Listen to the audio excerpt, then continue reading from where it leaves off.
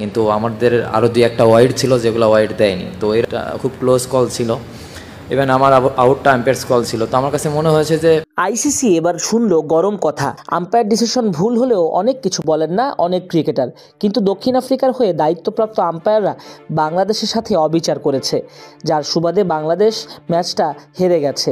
Field umpire ছিলেন ইংল্যান্ডের Richard Illingworth, আরেকজন ছিলেন অস্ট্রেলিয়ার স্যাম নোগাস্কি, টিভি আম্পায়ার ছিলেন মাইকেল গোফ, ম্যাচ রেফারি ছিলেন শ্রীলঙ্কান রঞ্জন মাদগালে। ফিল্ড আম্পায়ারদের কারণেই বাংলাদেশ দল শেষ দিকে সুবিধা করতে পারেনি। তাদের উল্টাপাল্টা সিদ্ধান্তেই বাংলাদেশ দল গোলমাল পাকায়। সাউথ আফ্রিকা দল হাফ আবেদন করলেও তারা আঙ্গুল তুলে দেন। নাটকীয় পরাজয়ের পর আম্পায়ারিং নিয়ে ক্ষোভ ঝাড়লেন তাহিদ হৃদয়। আম্পায়ারের বাজে একটা সিদ্ধান্তে মাহমুদুল্লাহ লেগ বাই থেকে সম্ভাব্য 4 রান পায়নি বাংলাদেশ। শেষ পর্যন্ত তারা ম্যাচ হেরে যায় 4 রানেই। তাহিদ হৃদয় কাঠগড়ায় তুললেন আম্পায়ারদের। এই ঘটনায় তার জরিমানাও হতে পারে, ডিমেরিট পয়েন্ট যোগ হতে পারে যদি ম্যাচ রেফারি আমলে নেয় এই প্রতিবাদের বিষয়টা। যাই হোক, আলোচিত বলটা 17তম ওভারের। ব্যাটম্যানের বল মাহমুদুল্লাহর পায়ে লেগে চলে যায় বাউন্ডারিতে। তখন প্রোটিয়াদের এলবিডব্লিউর আবেদনে সঙ্গে সঙ্গে আঙ্গুল তুলে দেন ফিল্ড আম্পায়ার। মাহমুদুল্লাহ রিভিউ নিতেও বেশি দেরি করেননি। রিভিউতে দেখা যায় বল চলে যেত লেগ স্ট্যাম্পের বেশ বাইরে দিয়ে। আম্পায়ারের সিদ্ধান্ত তাই পাল্টে যায়, কিন্তু নিয়ম অনুযায়ী আম্পায়ার আউট দেওয়ার পর সেই সিদ্ধান্ত রিভিউয়ে বদলে গেলে কোনো রান যোগ হয় না।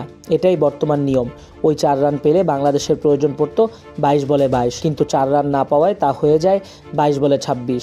শেষ পর্যন্ত চরম নাটকীয়তায় ম্যাচে শেষ দিকে পথ হারিয়ে বাংলাদেশ হেরে যায় 4 রানেই। ম্যাচের পর সংবাদ সম্মেলনে সম্ভাব্য ওই 4 নিয়ে প্রশ্ন করা হলে সরাসরি আম্পায়ারকে দুষলেন হৃদয়। শুধু সম্ভাব্য ওই লেগ বাই নয়, তার নিজের আউটে তো গোলমাল আছে।